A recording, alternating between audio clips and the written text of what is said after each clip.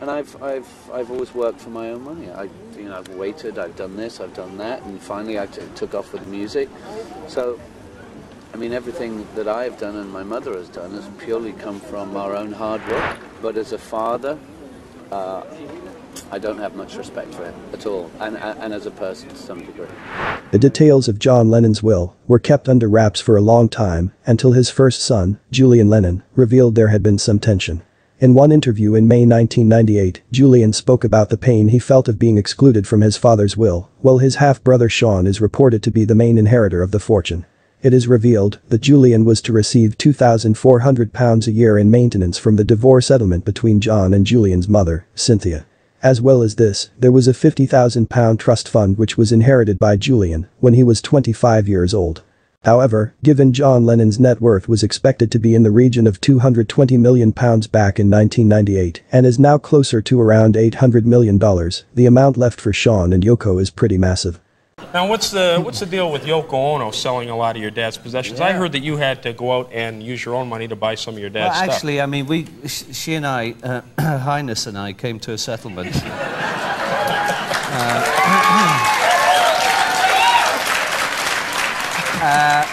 Which was basically I had to settle for anything. Yeah. And actually, with the upfront money that I did get, I have been going out and buying stuff because literally nothing was given to me. And so, I mean, the ironic thing is that I'm buying his stuff back into the family, right, into his first family, with his money. Yeah. You know, which is insane, absolutely insane. Now, hindsight's 20/20, but I should tell you, whenever I go over to my parents' house, I take something when I leave. Well, yeah. It's always. Yeah. Be it a plate, as a parent, I'll make note of that. Yeah, you should. Now, you called her Your Highness, and I detected the sarcasm. Some people may think you hold her in high regard. I understand, but yeah. Was Yoko responsible for you being cut out of your dad's will? Well, I mean, it was up to her discretion, basically, which is the sad thing, which means that, you know, which meant that whatever I could get, it was up to her, and there was no choice in the matter, and if I challenged that, I would be cut out immediately. Right, and she was the executor of the estate. Absolutely. Yeah. Absolutely. Now, is there any competition between you and your brother Sean? None at all. Really? None from on my behalf. I've loved him for years. He's blood to me. I used to babysit him, you know, so no, there's never any trouble between us. You know, he's in the middle of it all. John Lennon's son felt cast aside when he embarked on a relationship with Yoko Ono. Julian Lennon has recalled how he felt the late Beatles legend had disappeared off the face of the planet when he divorced his mother Cynthia in 1968 and got together with the artist, because after that they had very little contact. Because I felt for a long time that I was pretty miserable. Due to comparisons, and just life in general had not been easy with the name Lennon. I mean, it was very much a goldfish bowl life all the way through from day one.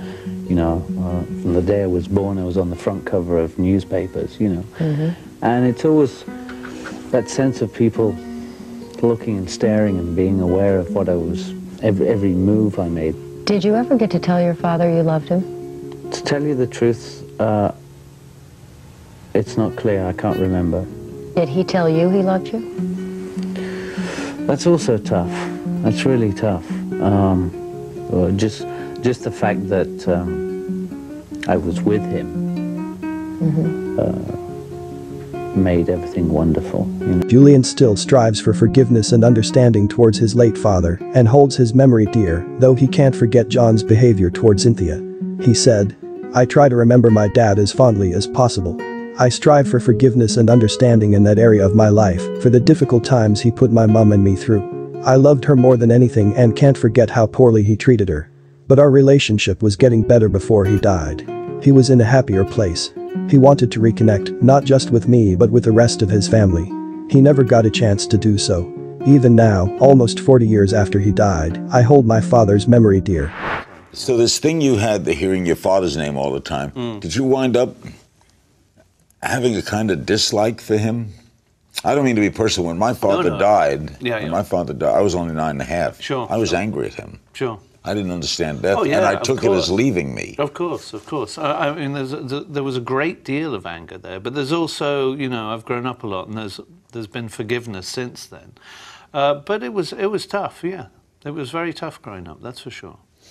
Did he have an influence on your music? Oh, absolutely, no question about that. I mean, I mean, as you know, as much as Steely Dan, as much as Keith Jarrett, as much as many other artists, but certainly I think the Beatles were at the forefront of all of that. I mean, anybody that wanted to be a songwriter, excuse me, of any kind, would look to them for how they constructed a song. So living with this legacy, Yeah. do you think the end result is you benefited from the name, hindered by the name, or it's a wash? Wow. I wouldn't say I benefited it in the public sense, but I would say it's probably made me the man I am today. Along with the fact that I want to make my mother proud more than anything else. That is number one. That's very nice.